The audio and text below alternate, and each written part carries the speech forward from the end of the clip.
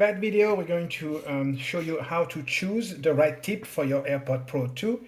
There is three category or three kind of things you need to think about when you choose your tip. First, the right tip for the right fit.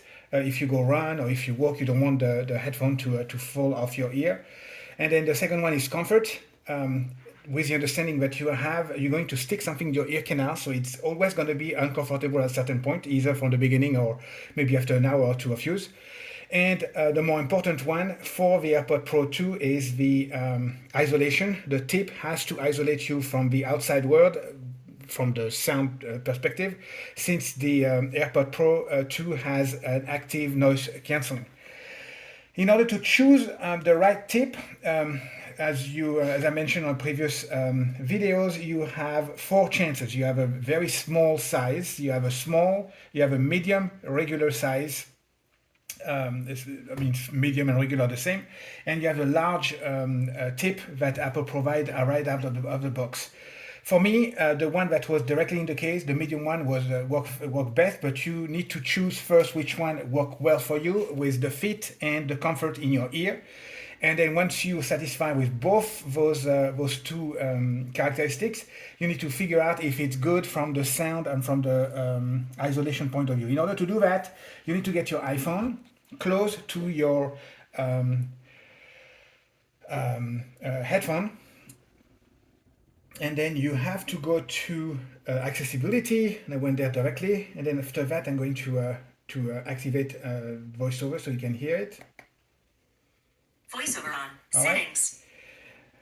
So for those who use the accessibility setting, and we use it a lot, at least for me, you pretty much know what is coming in order. But what most of you don't know is that if you have an AirPod Pro and the case with the AirPod Pro and you open it, you have Fabrice's AirPods Pro. Heading. First, it will tell you that it's connected. That's the regular thing. Heading not found. Fabrice's AirPods Pro. Fabrice's AirPods Pro. Heading. Get that out. Voiceover off. There you go. I'm going to put voiceover back on.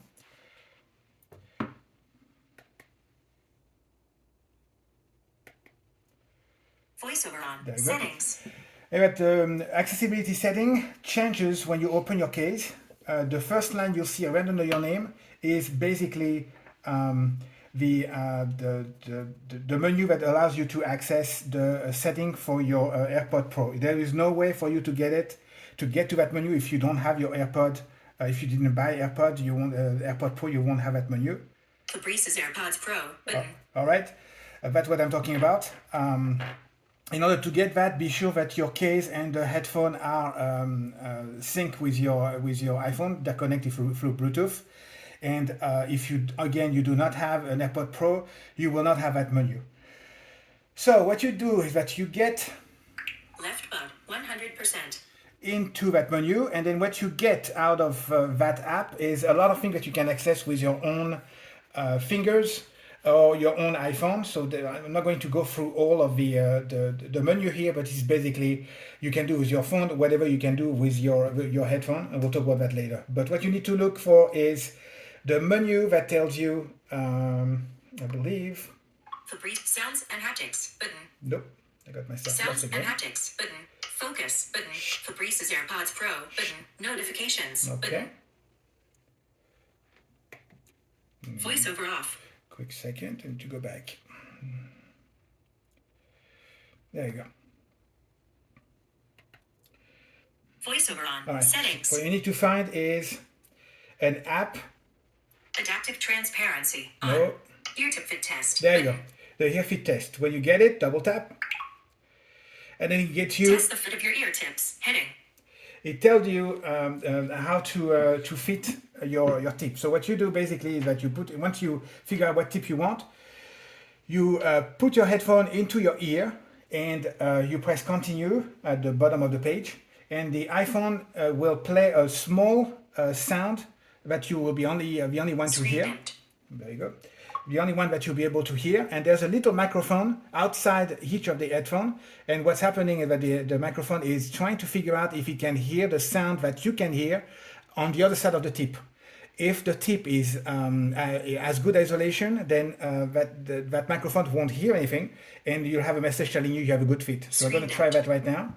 I put the two headphones in my ears. Then I press.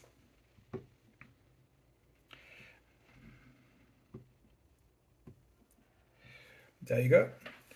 Now you're going to tell me that there's a play button.